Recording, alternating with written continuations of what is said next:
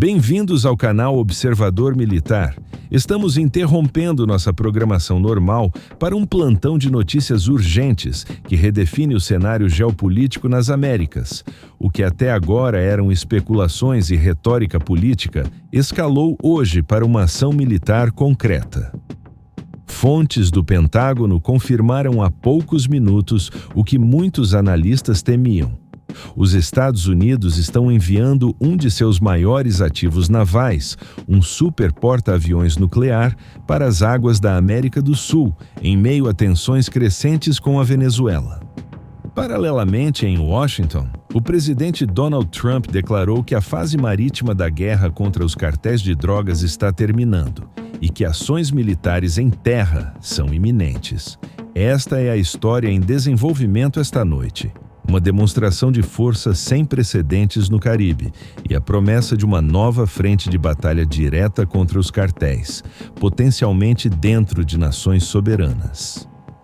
O Pentágono anunciou hoje, 24 de outubro, que o secretário de Defesa, Pete Hegseth, ordenou o reposicionamento do USS Gerald R. Ford e seu grupo de ataque, para que nossos espectadores tenham a dimensão exata do que isso significa. O USS Gerald R. Ford não é um navio qualquer. É o maior e mais novo porta-aviões do mundo.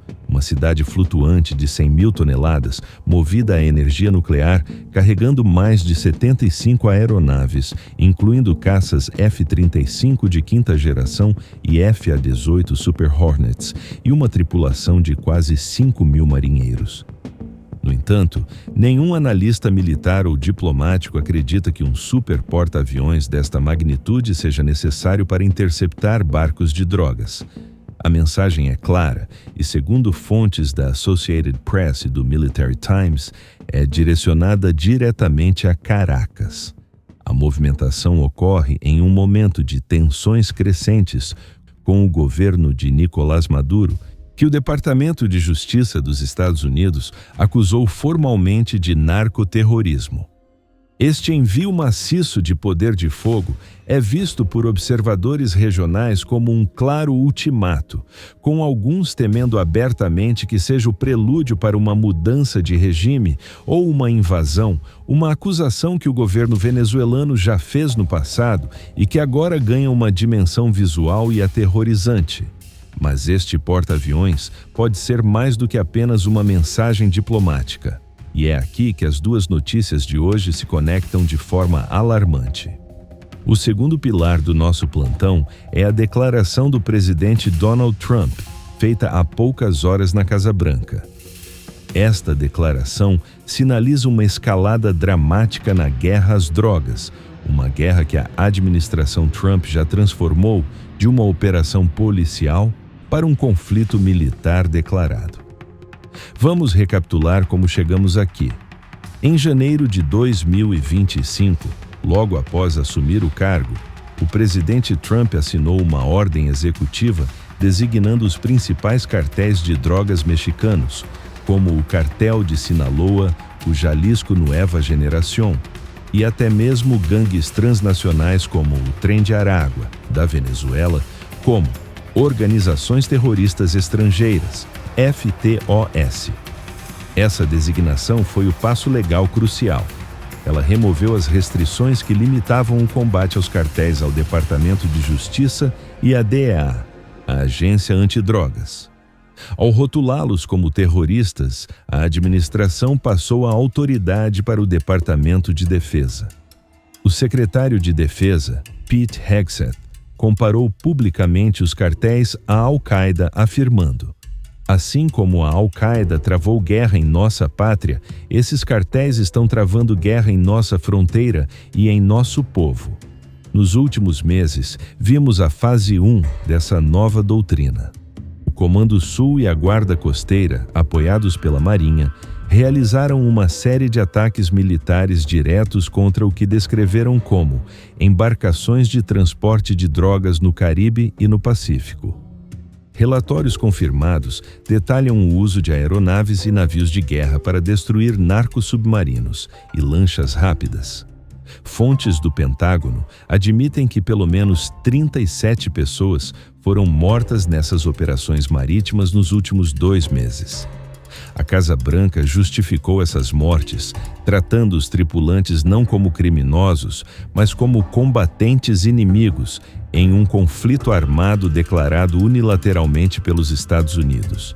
E isso nos traz a hoje. O presidente Trump afirmou que deter barcos é insuficiente. Em suas palavras, ditas hoje a repórteres, "Nós vamos bater neles com muita força quando eles vierem por terra." Fontes da administração, falando sob condição de anonimato ao Washington Post, confirmaram que a Casa Branca está preparando-se para expandir a campanha dos barcos de drogas para atingir também alvos em terra. Em breve, disse o presidente, os militares dos Estados Unidos realizarão ações contra os cartéis em terra firme. Esta é a notícia bombástica da noite. A fase 2 da guerra aos cartéis está prestes a começar, e ela não será no mar. As implicações desta declaração são profundas e perigosas. O que significa ações militares em terra? Significa ataques de drones, o envio de forças de operações especiais, ou, como alguns temem, uma incursão militar mais ampla? E a pergunta mais importante de todas, onde?